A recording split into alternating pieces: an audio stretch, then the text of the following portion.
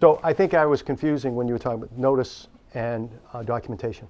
So the notice is good faith effort by the employee, and if they don't give advance notice, they have to, within as soon as practical, come back and give you notice that I'm going to be out. So I go into the hospital at midnight, maybe I call you at 10 in the morning or 11 in the morning, so whatever's practical. As far as documentation, the employee has to provide the documentation within 30 days.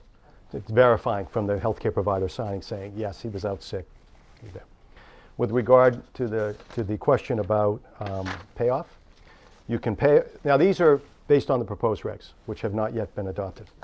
But under the proposed regs with regard to payoff,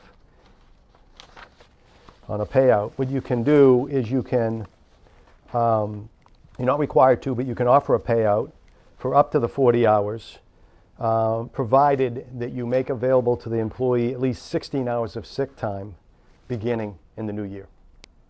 So they're starting out with a bucket of time to start with. You want to do that, pay them the 40 hours or the 30 hours they didn't use, but they're going to start with 16. How about on termination of employment? Does it have to be cashed out? No. No. It's not like vacation. Questions? Yes. I have a question.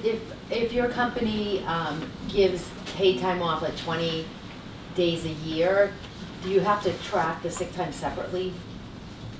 Well, again, it depends. It can substitute for the sick time under the statute if it's at least similar, if it's the same or better. They accrue it faster and they can use it for the same purposes. All right, it can cover the same. If it's different and it accrues less and maybe you only let the employee go out, not for the employee's child, then the sick time under the statute is in addition to. So I think the advice would be make them the same, accrue them at the same rate, and the employee can use them for the same purposes in the same manner, in which case there's no, it's not in addition to, it's going to eat it. So if you give 20 hours, 20 is gone, but they're still going to have the 20 under the statute. Does that make sense? So they get 20 days of paid time off, and that includes sick, or you can use it for whatever. Well, we don't track what people use it for. They get 20 days. That's more than 40 hours. So long as it accrues, if you're saying they just start and they get 20 hours, they don't have to accrue it on a basis. If they get the 20 days and they get it it accrues to them quicker than either an hour for each 30 hours or quicker than that, then it would substitute for this. And it would be more than the 40 hours. You're covered. That's all you have to track. Okay. Sorry for the long-winded answer there. And to answer her point, if they say it can be used for any reason, does that sort of just make it easier? Yes. So it's just one clean sweep? Yes. So I just have a quick question about the carryover that this gentleman asked for. If you have the 40 hours and then you carry it over, he was saying he wants to stop and then just grant. Yeah, just going to grant you the 40 hours right away. I was assuming that you always get 40 in the bank and that you could have more than 40 in the coming year, so that essentially you could use 2 weeks during that second year. Is that not correct? No, because you can only use 40 hours in one calendar Correct. year. But they could use it, but then, so they'd always have the 40 to carry. In your scenario, is that true? No, no. So I'm going to basically cut them off at the end and And give give them a it hold to in the him. bank again. Right. So he's, But he's I'm saying- not sure if I understand your question, but I think what he was proposing is I get an employee on December 31st and they've got 40 hours that they haven't used. I'm going to wipe those out, and on January 1 they start with 40 hours. All I'm saying is, from a structured standpoint, I would rather say you carry it over than wipe it out and add, because it just creates confusion. You're doing effectively the same thing. Under the proposed regs, you could pay them for those 40 hours, but they're going to start with 16. So you've got to, what you could do instead is pay them, and then you start with 16 so they don't start with 40.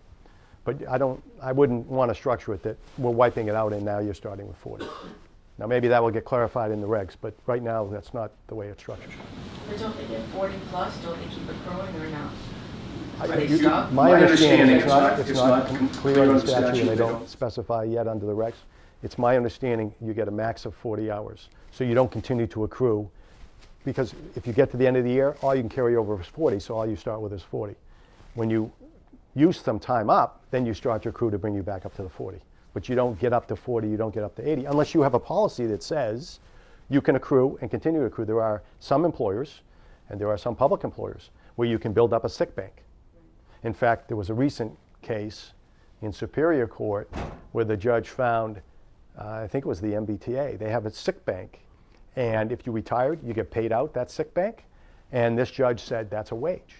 And their failure to pay it, because there was an issue about retirement, was a violation of the wage statute. So you could structure it such that I have the sick bank and I can accrue, and the employee could have 80 or 120 hours and continue to carry it over. That's much better than the statute. You're okay doing that. But under the statute, it's 40 hours. All you can carry over is 40. So if there's no more additional hours, you've got the 40. And all you can use is 40. There's no additional accrual that wouldn't do anything. There's no benefit to it. And what the state law does, it's the minimum. As I understand it, you can do more than what the state. So if your company has a policy, like Larry said, that you can accrue and then carry over unused time into the next year, you're free to do that. This is the minimum requirements that the employee has to get 40 hours in any given defined year.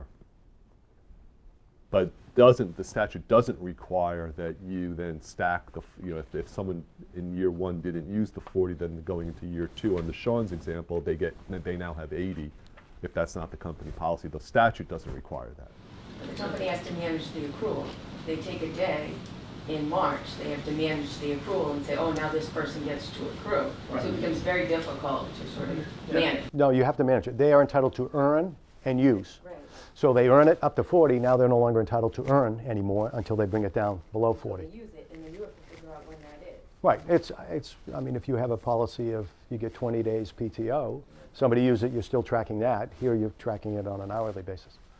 But as in all these statutes, again, it sets a minimum threshold. So as long as your policy is more generous, then you're fine. The public policy reason why you're required to allow carryover up to 40 hours is because they don't want people to start the year with no available sick time and have to start accruing from scratch. So I think, technically what you do addresses it. I mean, in practical terms, what you do addresses it. But Larry makes a good point, which is that technically for purposes of complying with the statute, you want to call it carryover rather than calling it wiping it out and starting again. And there's still, as I understand it, I'll ask you guys this, the issue of what do you do with it? If your company doesn't distinguish between sick and vacation days and you call it all PTO, what do you do with the terminated employee who you are required to pay accrued and unused vacation, not sick time at the end? You have to treat it all as sick, right? Right. So if you don't distinguish it, if you go to, because you think in one sense it's easier to just have PTO, just be aware that at the time of termination you're paying out the full PTO bank and not just the sick time because you haven't distinguished between the two. Okay, well, there's still food and coffee and juice out there, so please stay. If you have individual questions, feel free. Thank you so much. Thank you all for coming. Thank you.